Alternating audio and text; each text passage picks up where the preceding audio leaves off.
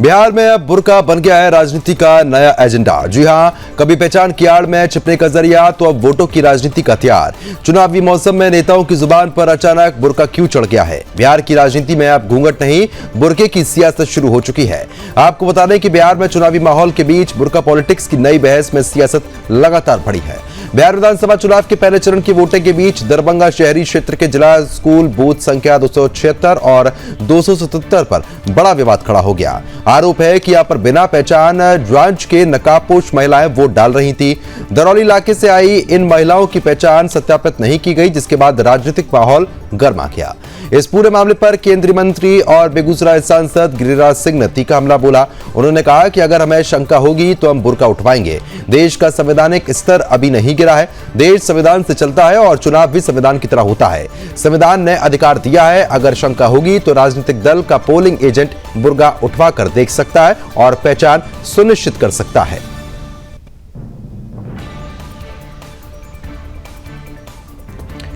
तो फिलहाल जिस तरीके से तस्वीरें साफ तौर पर आप देख रहे हैं, जहां पर ये बुर्कानशी महिलाएं जो हैं वो वोट कास्ट करने के लिए पहुंची हुई थी, लेकिन वहां पर इस तरीके की बातें सामने आई कि एक महिला कई बार वोट डालने आ सकती है।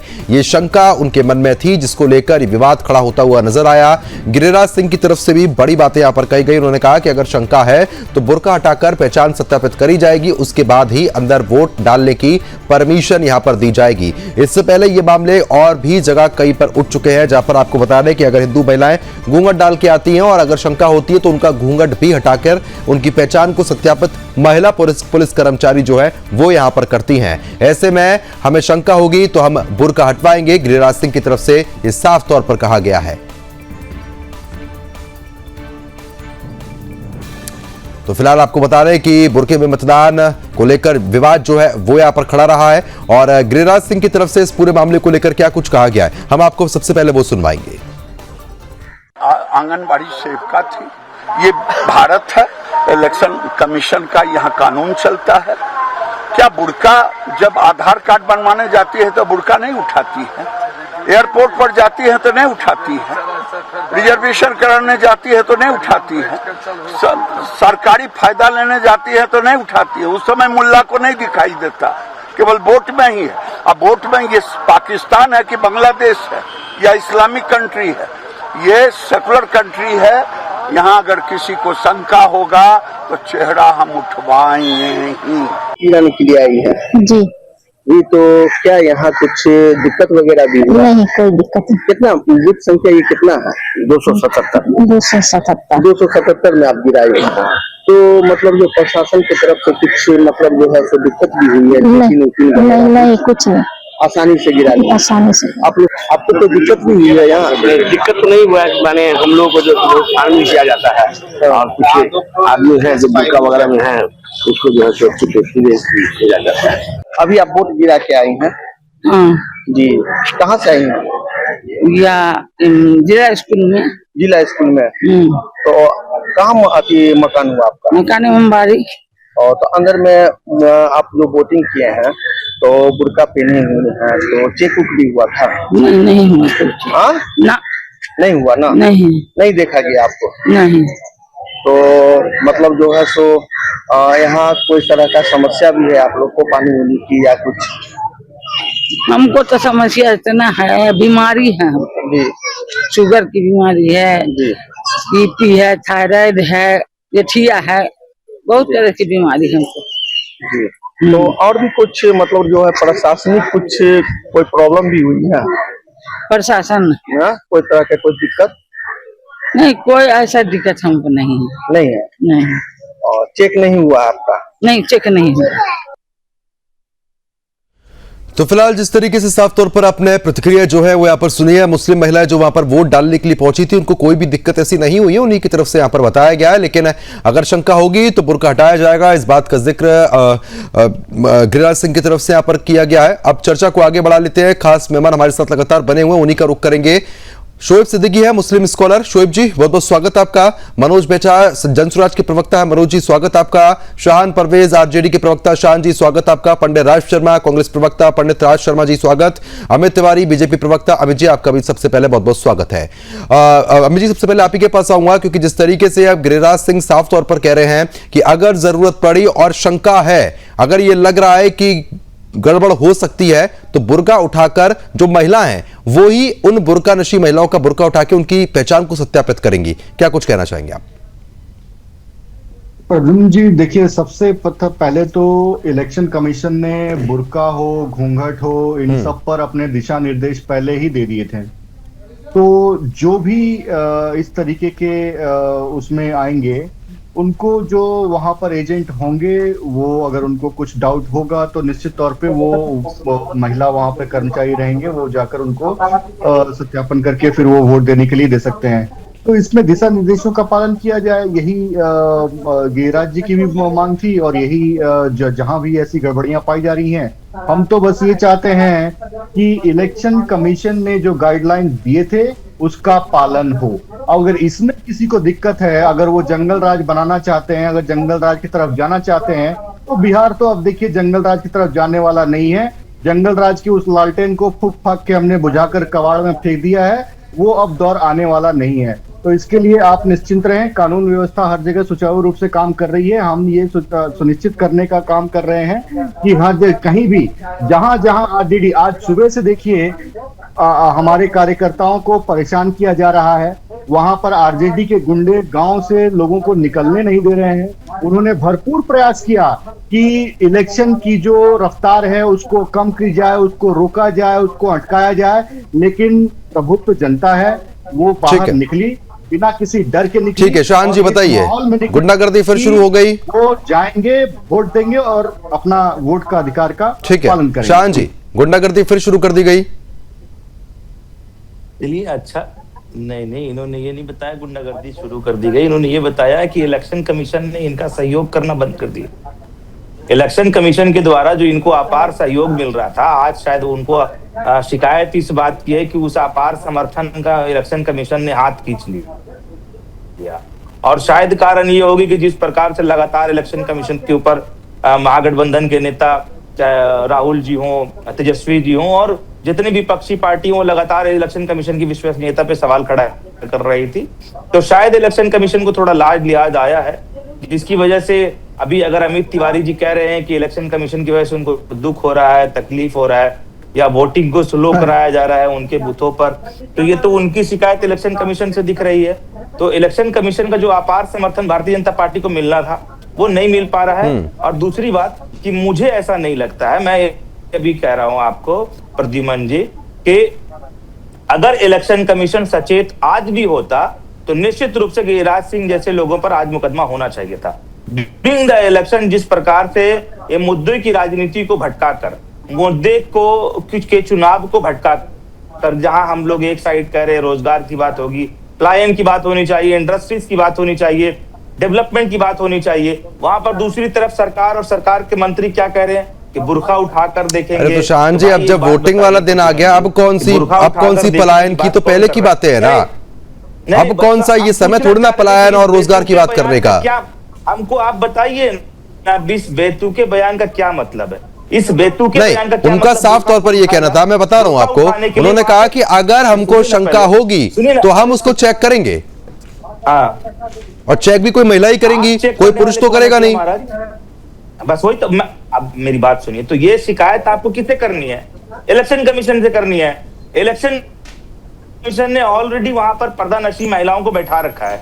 अगर पर्दानशी महिलाओं को या पोलिंग एजेंट्स को वहां पे लगता है, इलेक्शन एजेंट को लगता है कि किसी पे संदिग्ध है, तो वहां पे ऑलरेडी इलेक्शन कमीशन ने पर्दानशी महिलाओं को बैठा रखा है। अब अगर गिरिराज जी ये चाहते हैं कि बुर्का उठाकर महिलाओं का वो देखेंगे, तो ये तो उनकी मानसिकता। अरे गिरिराज सिंह जी ने ये कब बोला है? ये तो बोला ही नहीं है कि भाई हम लोग देखेंगे। उन्होंने ये चीज बोली है ना, अब बयान को क्यों तोड़ मरोड़ रहे हैं? तो वो तो ऑलरेडी, फिर अभी प्रद्युमन जी मैं कह रहा हूँ कि आपके पास ऑलरेडी कैमरा है। अभी मैं ठीक है, अमित जी कुछ कहना चाह रहे हैं। अमित जी, प्रद्युमन जी ये देखिए, रोजगार ऑलरेडी छीनने वहां पर वाले, पर्दा नची संपत्ति महिलाएं लूटने इलेक्शन वाले, कमीशन ने बैठा रखा है। ठीक है शान खान जी, सुन लीजिए बात को। रोजगार छीनने वाले, संपत्ति लूटने वाले आज जॉब की बात कर रहे हैं, पलायन की बात कर रहे हैं, डेवलपमेंट की बात कर रहे हैं। तो समझिए हम लोग सही रास्ते पर हैं, हम लोग सही रास्ते पर हैं। 20 साल में जो हमने बिहार में डेवलपमेंट किया है, अब वही नतीजा है कि गुंडों की पार्टी, माफियाओं की पार्टी, लुटेरों की पार्टी आज डेवलपमेंट की बात कर रही है। ये बहुत बड़ा अचीवमेंट अपने आप में है। जो शान खान जी यहाँ पर बैठ के डेवलपमेंट की बात कर रहे हैं, पलायन की बात कर रहे हैं, बिहार में यही लोग हैं जिसने छात्रों के ऊपर लाठियां बरसाई है। लूट पर्चा करने लीक हुआ, वाले, करीब 15 साल से पर्चा लीक हो रहा है और आज तक किसी के ऊपर चार्जशीट नहीं करा पाया। अरे मुद्दे पे आइए ना, आप कहाँ पलायन बलायन से लेके आप, चलिए ठीक है अमित जी मैं आ रहा हूँ आपके पास, ठीक है अमित जी मैं आ रहा हूँ आपके पास। शोएब सिद्दीकी साहब लगातार बने, उसके बाद कांग्रेस का रुख करना मेरे को। शोएब जी, साफ तौर पर अब ये कहा जा रहा है कि अगर शंका होगी तो बुर्का उठा के देखा जाएगा, क्योंकि बुर्के की आड़ में कई गलत तरीके से वोटिंग ना हो जाए। घूंघट भी अगर होता तो घूंघट भी हटवाया जाता। हेलो जी शोएब जी। मेरी आवाज आ रही है? जी देखिए शर्मा जी, देखिए ऐसा है, जिस तरह पुरानी कहावत है कि मोहब्बत और जंग में हर चीज जायज होती है, लेकिन वो दूर की कौड़ी हो गई। अब इलेक्शन में भी लोग इक़्तिदार में आने के लिए हर तरह के हथकंडे अपनाते हैं, चाहे मौजूदा हुकूमत हो चाहे आने वाली हुकूमत हो। आप देखिए यहाँ पे सिर्फ बहस हो रही है बुरखे की और डिबेट कहीं और चली गई। आप बताइए, गिरिराज जी जो है केंद्रीय मंत्री हैं, बहुत बड़े लीडर हैं और हमेशा वो विवादित बयान के लिए जाने जाते हैं, उसमें कोई नई बात नहीं है। देखिए बुरखे की जहां तक बात है, तो मैंने पहले भी आपसे कहा, तो आज भी बात कह रहा हूं, बुरखे का मतलब जो होता है कि चेहरा छुपाना, चेहरा छुपा होना। तो बुरखा हो या घूंघट हो या हिजाब हो, घूंघट भी आप देखिए, बुरखे से अहम तो घूंघट होता है जो यहाँ पर सीने तक होता है। और उसके बाद आजकल अमूमन लड़कियां जो हैं, औरतें जो है, यहाँ पे स्कार्फ बांधती है चेहरे पे छुपाने, मतलब उनको अपनी शर्म हया छुपाने के लिए है। लेकिन जब बुरखा जब जिक्र आता है तो सभी लोग जो है टारगेट मुसलमान को ले लेते हैं। आप देखिए, मैं चुनाव आयोग का शुक्रगुजार हूं। देखिए शर्मा जी, मैं ये कहना चाह रहा हूं कि जब बात चुनाव आयोग तक आई, चुनाव आयोग ने ये कहा, उन्होंने कहा कि जो इलेक्शन में जिस तरह की महिलाएं वहां पे मौजूद रहती हैं, तो कभी कभी होता है कि उनके चेहरे देखने में मजबूरी पड़ जाती है। तो उन्होंने सबसे अच्छा काम यह किया कि आंगनवाड़ी औरतों को अब क्यों उन्होंने लूट किया। क्यों किया? क्योंकि पुलिस किस तरह पेश आती है आपको मालूम है, खासकर महिलाओं से। और महिलाओं के हमेशा दुश्मन रही। आप चाहे टीवी उठा के देखिए, सास बहू का झगड़ा हमेशा करा, भाभी। तो कुल मिला के आपको दिक्कत नहीं है ना इस फैसले से? देखिए मुकम्मल कर दूं तो आप बुरखे तो सिर्फ मुसलमान टारगेट नहीं लिए, हिजाब भी तो यहाँ तक होता है, घूंघट। आप बताइए, आप राजस्थान गए, यहाँ तक घूंघट होता है। नकाब की बात, बुरखे की बात आती है, आप मुसलमान टारगेट लेते हैं। वही मैंने कहा कि देख लेंगे आपकी पारसाई भी, मैं कहते हैं शाम होने दीजिए, कोई भी बात नहीं कही। लेकिन कहीं ना कहीं कोई भी मैटर होता है तो हम मीडिया वालों को भी खतरनाक ठहराते हैं, माफी के साथ, कि आप लोग टारगेट मुसलमान ले लेते हैं। मैं किसी मुसलमान ने कहा, मैं कहा देखिए अभी आपने औरत ने तारीफ करी शोएब जी, कोई घूंघट वाली महिला भी तो ऐसे कामों में नहीं फंसती है ना फिर? घूंघट वाली महिला भी तो ऐसे कामों में नहीं फंसती है ना फिर? क्या बुरी बात है? अब जो मामले सामने आ रहे हैं उसमें क्या करें? अब हिजाब ही सामने आ रहा है, बुर्का ही सामने आ रहा है, तो सवाल तो पूछना पड़ता है हमको। शोएब जी, अब हमारी भी मजबूरी है, अब जो बात है, जो सामने चीजें आ रही है, वो तो पूछनी पड़ेंगी ना। मैं वही जवाब भी दे रहा हूँ कि सर देखिए, चुनाव आयोग का यह कहना है कि जो औरतें चेहरा ढका रहेगा, तो उसमें चाहे वो बुरखा हो, चाहे घूंघट हो, चाहे हिजाब हो, उनको दिखाना पड़ेगा चेहरा। ठीक है, और कोई बुरी बात नहीं है। चलिए ठीक है। आप सिर्फ मुसलमान को टारगेट रख के बात करें तो मैं समझता हूँ बेहतर नहीं है। ठीक है राज जी, हर महिला का सम्मान होता है, चाहे किसी बिरादरी की हो। ठीक है, मैं आ रहा हूं आपके पास। राज जी, अब जिस तरीके से साफ तौर पर गिरिराज सिंह जी की तरफ से जो बयान दिया गया कि भाई अगर शंका होगी तो फिर बुर्का हटवाया जाएगा, क्योंकि गलत तरीके से वोटिंग स्वीकार नहीं की जाएगी, किस तरीके से आप देख रहे हैं? मुझे पहली तो बात मेरी ये है कि गिरिराज सिंह उम्र से बड़े हो गए, शरीर से हट्टे कट्टे हो गए, लेकिन दिमाग से वो बड़े नहीं हुए। यहाँ पे अभी मैं देख रहा था, वो मुस्लिम महिला थी, उन्होंने कहा कुछ नहीं, ऐसा कुछ नहीं हुआ। दूसरी बात, अब तीसरी बात ये, वहाँ एजेंट जिसका भी चेक कर सकता है। हम लोग मॉल जाते हैं, हम अपनी वाइफ के संग मॉल जाते हैं, वो एक कैबिन में जाती देखती, इसमें ना तो किसी मुस्लिम को ना किसी हिंदू महिला को कोई दिक्कत नहीं हो रही है। अगर दिक्कत की और शंका जो पैदा करने की बात है, वो भारतीय जनता पार्टी करती है। यहाँ पे कहां बात होगी? आप ही के कैमरे में कहा ना महिला ने कि नहीं मुझे कोई दिक्कत नहीं हुई। और एक और बात, ये काम एजेंट का है, वो एजेंट बन जाए फिर वो गिरिराज सिंह, ये बेकार की बातें नहीं फैलानी है। और मैं एक और चीज बता रहा हूं, देखो प्रदुमन भाई, यहाँ पे हम सबको समझना होगा, ऐसी बातें करके देश में जो देश भावना पैदा की जा रही, मैं उसके सख्त खिलाफ हूं। आप किसी का चेक करें, गिरिराज सिंह कौन होते हैं? वहां पुलिस है, वहां एजेंट है, मैं जा रहा, मेरी एजेंट चेक करता है। मगर वहां जो एजेंट होता है, ये अमूमन माना गया कि एजेंट लोकल होता है। उसे पता है कि अगर नूर बानो आई है तो ये नूर बानो बोट है, ये फलाने की बीबी है। क्या एजेंट 200 किलोमीटर दूर का बना जाता है? अच्छा, आप ये बताइए राज जी, ठीक है राज जी, लेकिन एक सवाल तो उठता है ना, बैठ जाते हैं राज जी, पंडित होकर भी झूठ बोलेंगे, राज जी, अच्छी बात नहीं है भाई। अब राज जी, ब्राह्मणवाद की बात आप कहाँ बीच में ले आते हैं? अब आप सुनिए ना। अच्छा, हाँ बताओ राज जी, इसमें एक सवाल ये होता है कि जब कोई महिला बुर्का पहन के आती है या फिर घूंघट करके भी आती है, शक्ल तो छुपी रहती है ना। अब जब वो अपना आधार कार्ड दिखाएगी, पहचान पत्र दिखाएगी, तो उसमें ये सुनिश्चित कैसे होगा कि वो ही महिला है? नहीं, अगर मान लो अगर जब वहां वो एजेंट है या जो पोलिंग प्रिसाइडिंग अफसर बैठे इंक लगाने वाले, उन्होंने का चेहरा दिखा दो, तो मुझे एक मुस्लिम महिला तो बताओ जिसने मना कर दिया वो चेहरा दिखाने से। कोई नहीं कर रहा है। और आज की महिला बड़ी सशक्त है, कोई नहीं खा जाएगा उन्हें, सब पढ़ी लिखी है। अब डिस्क्रिमिनेशन छोड़ दो, ये आदमी को सर्वोपरि मत बनाओ। अच्छा, पहले नहीं पढ़ी लिखी होती थी क्या? पहले नहीं पढ़ी लिखी होती थी, अभी पढ़ रही हैं क्या? एक और बात, पहले आप छोटे हो बहुत उम्र में, मैं अपनी बात कह सकता हूं, शायद समझने के लिए अकल नहीं दे सकता आपको प्रद्युमन भाई, आप बहुत छोटी उम्र के हो, मैंने जमाने को देखा है। मैं एक बात जरूर कहना चाहूंगा, बात पहले और अब की नहीं होती थी। लीजिए, मेरे पिताजी अफसर थे आर्मी में, मेरी माँ कम पढ़ी लिखी थी तब, इधर सुन लीजिए, होती थी पहले पढ़ाई करना बड़ा वो होता था भाई। आप भी समझोगे और मैं तो कह रहा ही नहीं, आप तो फिर भी समझोगे क्योंकि आप सबको नहीं पंडित जी, अब आप जैसे बड़े भाई लोग ही वो बताते इतिहास तो समझ में आती है वो चीजें। चलो ठीक है, प्रवक्ता को समझाइए, आंख से आंख मिला के बात करेंगे, वीडियो गेम नहीं खेलना यहाँ पे। ठीक है मनोज जी, अमित तिवारी जी कैसे बैठे भाई साहब, सब देखिए चारों लोग, ये अपने फ्रेंड से क्या बात कर रहे हैं सर आपका। हाँ सर, प्रद्युमन भाई एक काम करते हैं ना कि मिनिस्ट्री बना देते हैं, बुर्का मिनिस्ट्री, हिजाब मिनिस्ट्री, घूंघट मिनिस्ट्री। अरे ये जो मुद्दा नहीं, इसको इतना बड़ा मुद्दा कर दिया गया है। जब जा रही है इलेक्शन कमीशन ऑफ इंडिया, उसके जो अधिकारी हैं क्या कम पढ़े लिखे हैं?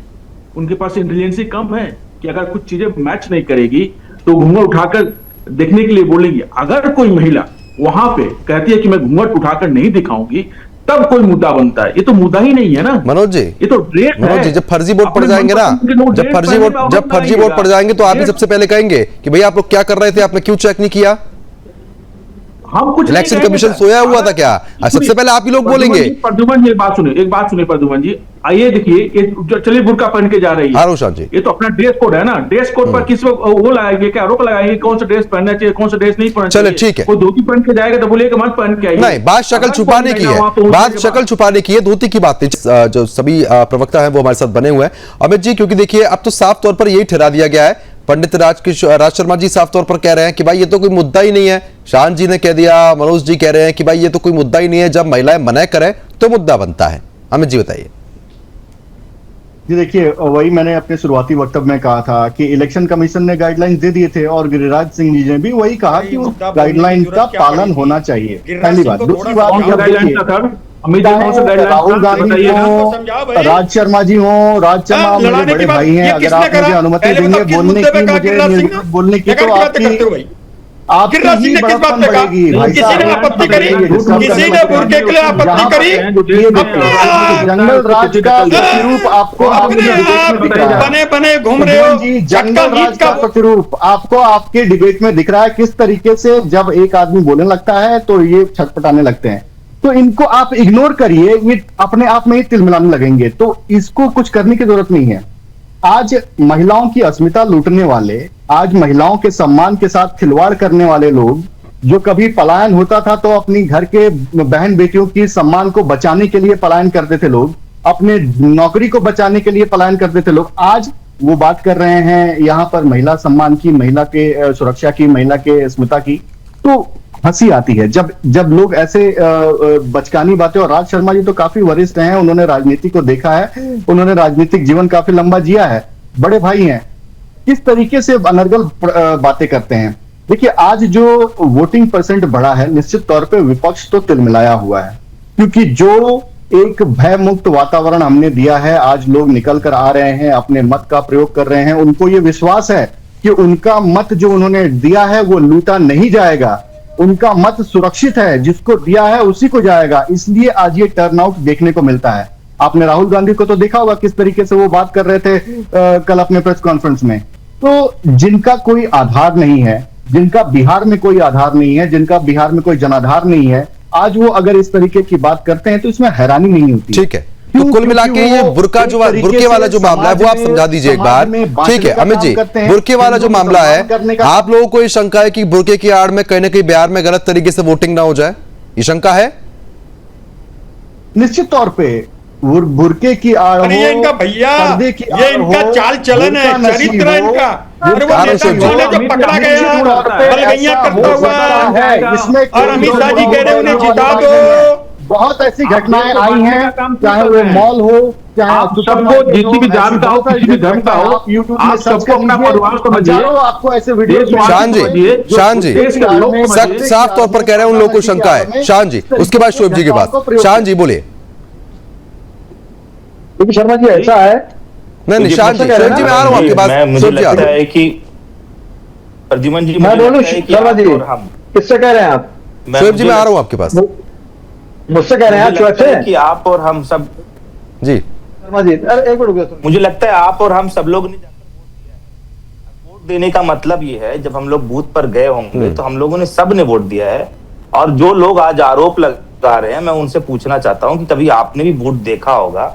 और बूथ पर जाने का प्रक्रिया ये होता है कि वहां प्रोसाइडिंग ऑफिसर होता है, पोलिंग एजेंट होता है, और एक आंगनबाड़ी सेविका को इस काम के लिए ही लगाकर रखा गया है, जिसका ये काम है कि अगर किसी पोलिंग एजेंट को, किसी भी दल के पोलिंग एजेंट को किसी के ऊपर कोई संशय है, उसकी आइडेंटिटी पर संशय है, उसके पहचान पर कोई आपत्ति है, तो वो उसको चेक कर सकती है। हमारे बड़े भाई पंडित राज शर्मा जी ने बहुत स्पष्ट कहा कि हम सिर्फ इलेक्शन की बात नहीं करते, हम मॉल में भी जाते हैं, महिलाओं को चेक किया जाता है, महिलाओं को देखा जाता है। तो उसके लिए वहां गिरिराज सिंह को नहीं खड़ा किया जाता है महिलाओं को चेक करने के लिए। अगर गिरिराज सिंह जी को लगता है कि बुर्खा, घूंघट या स्कार्फ खोलकर गिरिराज सिंह जैसे लोगों को देखना चाहिए, तभी वो सेटिस्फाइड होंगे। तो कानून इस बात की इजाजत नहीं देती है। ठीक है शान जी, जिस तरीके से अब साफ तौर पर यही कहा जा रहा है कि भाई ये कोई मुद्दा नहीं है, लेकिन बीजेपी लगातार ये कह रही है कि भाई हमको शंका है, ये हो सकता है ऐसा, तो उसमें आपत्ति क्या है दिखाने में? देखिए शर्मा जी ऐसा है, आप बताइए, मैं चैलेंज के साथ एक बात कह रहा हूँ, हिंदुस्तान का कोई भी शख्स ऐसा है जो अपनी माँ, बहन, बेटी या किसी को चाहता है कि बेपर्दगी में रहे? हर आदमी चाहता है पर्दे में रहे, ऐसा नहीं है। लेकिन यहाँ पे होता क्या, नकाब वाली जहां तक बात आ रही है, आप बताइए, चाहे नकाब हो, चाहे बुर्खा हो, चाहे हिजाब हो, अगर कहीं आपत्ति आती तो देखा है, कोई बुरी बात नहीं। लेकिन होता क्या, चंद शोहरत पाने के लिए मंदिराम पर आदमी इस तरह बातें करता। मैंने हमें चैलेंज के साथ कहा, बिहार का इलेक्शन आप देखिएगा, जेडीयू के लिए भी नाक की बात है, आरजेडी के लिए भी है, कांग्रेस के लिए भी है, और भाजपा के लिए भी है। आप देखिए, सिर्फ एक को टारगेट लेने के लिए पूरे बड़े बड़े मंत्री वहां मौजूद है। तो मैंने हमेशा कहा कि जंग जो होती है, किसी तरह जंग हो, उसमें कुछ रूल होते हैं।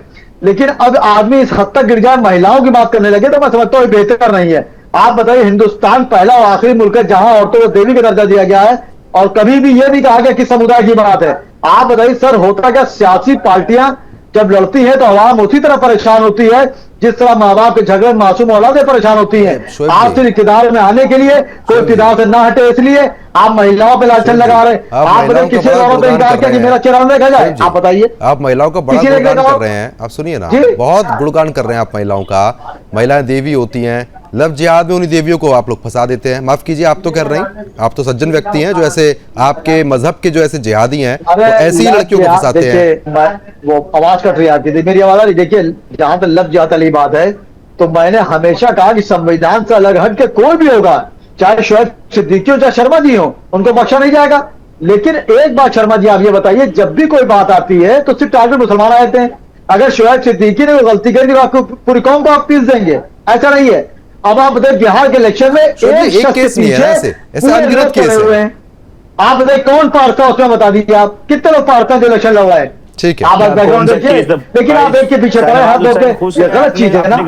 अगर आपने आवाम के साथ काम किया होगा आपको आवाम वोट देगी, लेकिन आप कह रहे हैं फला पार्टी खराब है, फला पार्टी खराब, आप उस आपने बात करिए, लेकिन आप राज शर्मा जी रख के बात करें। अगर नीतीश कुमार 20 साल आपने से बात करी तो आपकी क्यों उन्होंने सेंट्रल से मदद ले ली,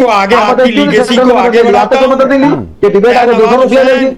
आज आवाम उनके खिलाफ क्यों, आज नीतीश कुमार को क्यों रात दिन मेहनत करना पड़ रही है? अगर उन्होंने 20 साल तक काम किया ना, मेहनत करते वो उनको डर है कि मैं हाथ से चला जाऊंगा। उनको भी उम्मीद है कि अगर आपकी बीजेपी इकतदार मजबूती से बिहार में आ जाएगी तो शायद वो वहां चीफ मिनिस्टर नहीं रहेंगे।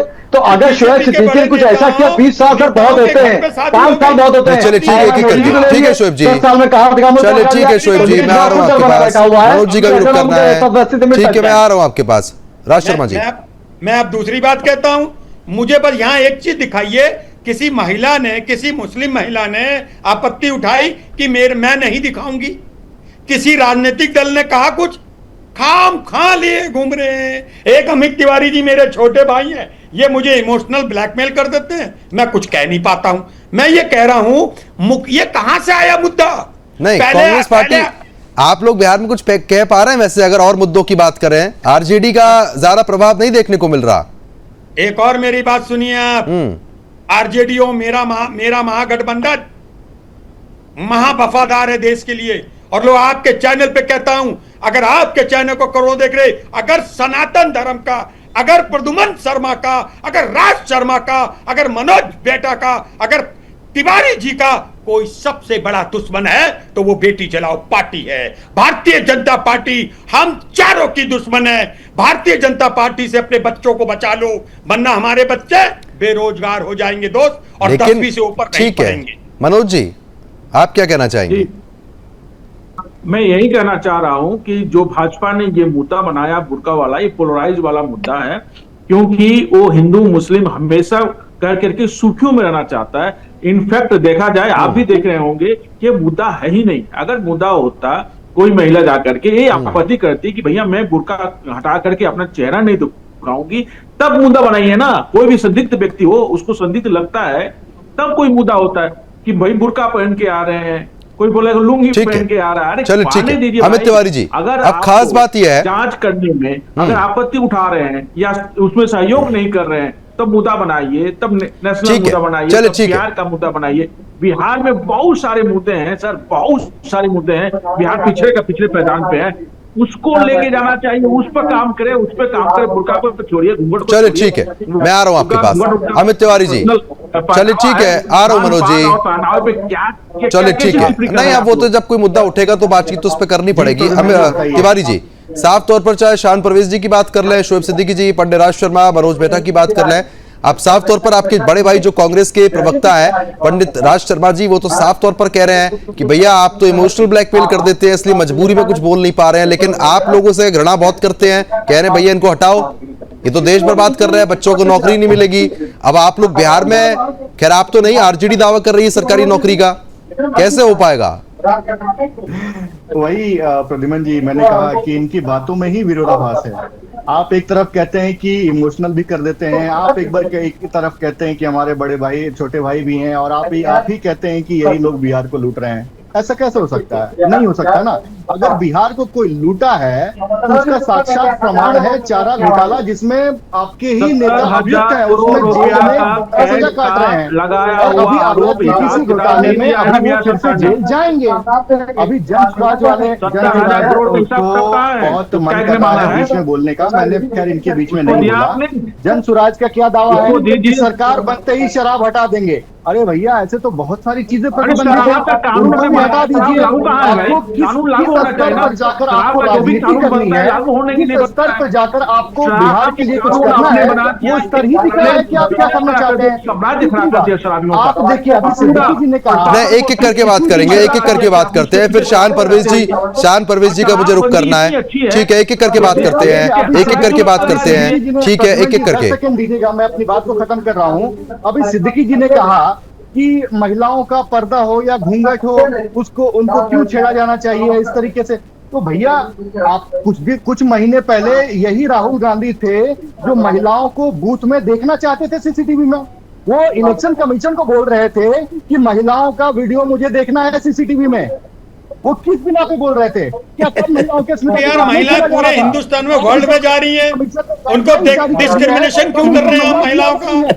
अब महिलाओं का डिस्क्रिमिनेशन करना बंद करो। काम कर रहे हैं।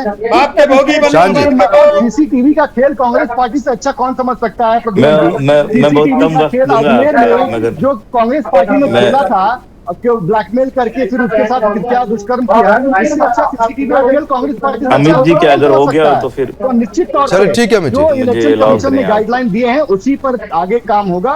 ठीक है, कहीं ना कहीं कांग्रेस और राहुल गांधी पर आप साफ तौर पर तीखी टिप्पणी कर रहे हैं और आरजेडी के लिए साफ तौर पर कह दिया कि भैया आपने तो बहुत कुछ खराब कर दिया।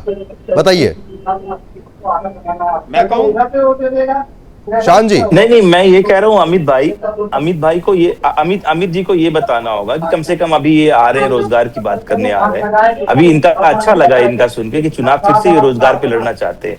इन्होंने कुछ करा नहीं है 20 साल के अंदर। ये केवल हिंदू मुस्लिम पोलराइजेशन को छोड़कर इस पार्टी ने कुछ भी नहीं दिया है देश को। इस पार्टी की जितनी भी घोषणाएं देख लेंगे आप, और जितने इनके बड़े बड़े नेताओं ने जितनी भी घोषणाएं की है, वो सारी घोषणा हवा हवाई हो गई है। चाहे आप स्मार्ट सिटी की बात कर ले, स्किल इंडिया की बात कर ले, मेक इन इंडिया की बात कर ले, आप आत्मनिर्भर भारत की बात कर ले। अब इनका आत्मनिर्भरता का मतलब पकौड़ा बेचना है।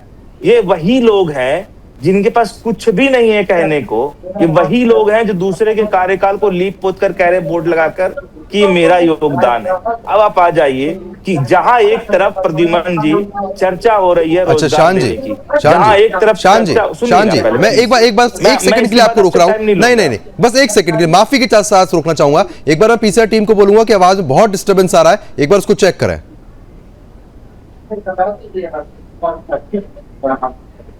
शान जी, ये तिवारी जी की पार्टी करा देती है सारा तो मैं आपको तो मैं ये कह रहा हूँ। अरे पंडित राज जी आप क्या बात करते हो? डिस्टर्बेंस ही बताइए। अब बीजेपी करा रही है, मतलब आप तो ले दे के बीजेपी पे कुछ भी आरोप लगा देंगे।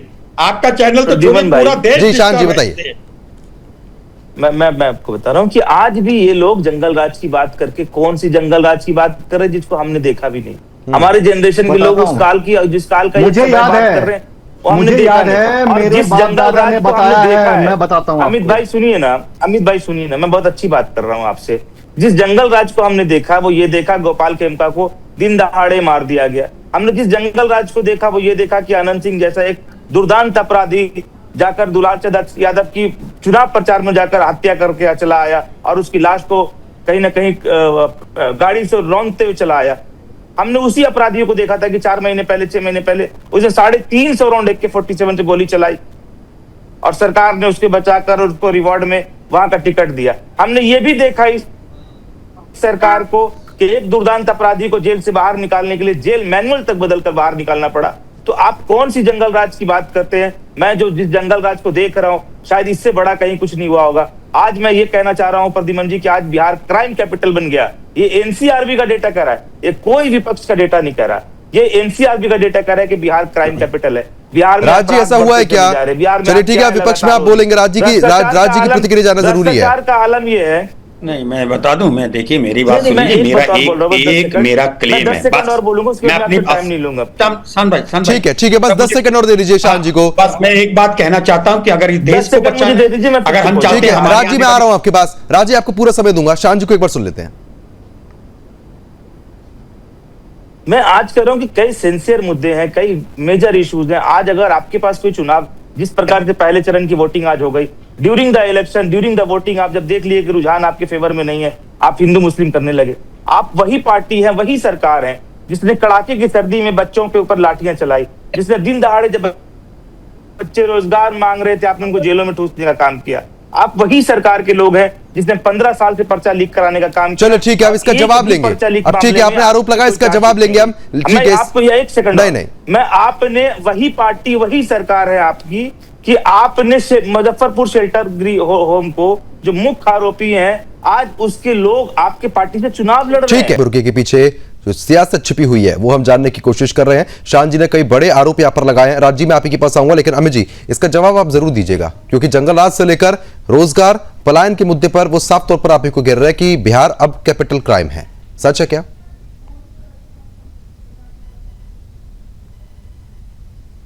अमित जी आपकी आवाज नहीं आ रही है। प्रद्युमन जी, इन्होंने कहा कि हमें तो जंगल राज हमने नहीं देखा है। तो मैं आपको बता दूं कि घर पे जाकर कोई बड़ा होगा शान जी, तो उनसे पूछिएगा कि चंदा बाबू के बेटों को कैसे मारा गया, आपको पता चल जाएगा जंगल राज की जो झलक होती है वो क्या होती है। आप जाकर पूछिएगा। मेरी बात तो सुन लीजिए, मेरी बात तो सुन लीजिए। मैंने जो देखा वो आप बताओ ना, आपकी सरकार में मारा गया।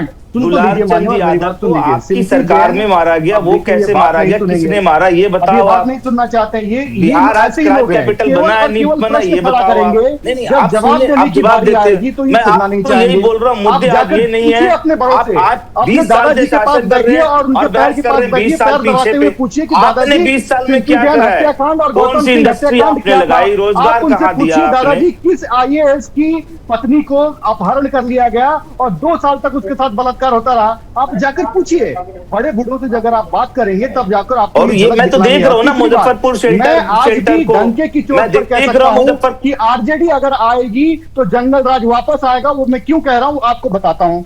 जिसने बिहारी अस्मिता का, बिहारियों का, बिहारी इसका अपमान किया है, उसको ये मंच पर बुलाते हैं और मंच पर उनका सम्मान करते हैं और बिहारियों से बोलते हैं ताली बजाओ। आपने देखा किस तरीके से रेवंत रेड्डी का सम्मान किया जाता है, किस तरीके से स्टालिन का सम्मान किया जाता है। इन्होंने लोगों ने वही कहा था कि बिहारी यहाँ पर आते हैं, टॉयलेट साफ करते हैं, पानी पूरी बेचते हैं। हम किसी भी काम को छोटा या बड़ा नहीं कर रहे हैं, लेकिन किस निचली स्तर पर जाकर, किस घृणित स्तर पर जाकर उनको बदनाम करने का काम किया था, अपमान करने का काम किया था। उनको मंच पर बुलाकर सम्मान करवाते हैं और बिहारियों को बोलते हैं ताली बजाओ। उसके बाद एक बार नहीं 2 बार कांग्रेस और RJD के मंच से प्रधानमंत्री माता जी की गाली दिया गया। महिला का अपमान अगर बिहार आज नहीं सह रहा है और उसी का बदला लिया जा रहा है, जो आप ये प्रचंड जो आज आप टर्नआउट देख रहे हैं, ये उसी का परिणाम। ठीक है अमित जी, आपने अपना जवाब जो है वो साफ तौर पर दे दिया। ठीक है, ठीक है। राज जी, मैं आपसे बस एक चीज ये समझना चाह रहा हूं, आरोप आप लोग बहुत लगा रहे हैं और इससे पहले भी। ठीक है शान जी, मैं आ रहा हूं आपके पास। शान जी आ रहा हूं, शान जी आ रहा हूं।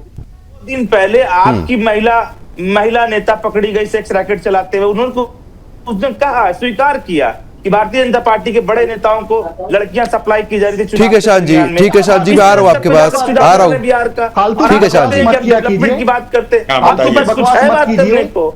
ये सब निराधार। देखिए आप तिवारी जी कभी चुप्पी हो जाए जी हैं, उनके पास पूरा दुनिया ने देखा, आप उसका खंडन कीजिए। मैं कह रहा हूँ मुजफ्फरपुर शेल्टर में आपके लोगों को। चलो ठीक है शान जी, आपके आरोप हो गए, मैं उस पर जवाब ले लूंगा, मैं उस पर जवाब ले लूंगा। और भी मेहमान मेरा इंतजार कर रहे हैं। ठीक है शान जी, आ रहा हूं मैं। जंगल राज ठीक है, मैं यही पूछ रहा हूं। ठीक है शान जी, मैं आ रहा हूं, मैं उसका जवाब ले लूंगा। राज जी, मैं एक चीज ये समझना चाह रहा हूं आपसे कि आरोप आप लोग बहुत लगाते हैं, RJD हो, कांग्रेस हो, समाजवादी पार्टी हो, कि भाई वोट चोरी हो रही है, EVM में दिक्कत हो रही है, महिलाओं के साथ गलत हो रहा है, कैपिटल जो है क्राइम में वो क्षेत्र बनता जा रहा है, लेकिन फिर भी जनता समर्थन बीजेपी को ही दे देती है अपना। ऐसा क्यों? नहीं, बात नहीं समझे ना। जो इल्जाम लगा, समर्थन कहां दे रही है? जो हम इल्जाम लगा रहे हैं उसी से कारण तो सरकार आ रही है। भाई वोट चोरी कर रहे, समर्थन कहां दे रहे? अब तक मैं भी कहता था इन्हें 2014 में बहुत जनता ने प्यार दिया, मगर वो गलत थे। मैं उस शब्दों को वापिस लेता हूं, नहीं थे। अब मैं अमित तिवारी जी का एक जवाब देना चाहता हूं। आप कह रहे हैं कि बिहारियों की बेइज्जती करी। एक बात सुन लीजिएगा, योगी जी का बयान देखो क्या चल रहा है। अब चलिए ठीक है, माफी चाहूंगा, अब समय थोड़ा सा कम है। आप सभी मेहमानों का हमारे साथ जुड़ने के लिए, इस मुद्दे पर चर्चा करने के लिए बहुत बहुत शुक्रिया। फिलहाल जिस तरीके से आप जुड़े, सभी के साथ चर्चा हुई, तो बुर्की के पीछे जो छिपी हुई सियासत है वो हमने जानने की कोशिश की है, लेकिन आरोप प्रत्यारोप के बीच ये फिलहाल अभी साफ नहीं हो पा रहा है कि बुर्के के पीछे जो साजिश रची जा रही है वो कितनी हद तक सही है। अभी के लिए सिर्फ इतना ही, नमस्कार।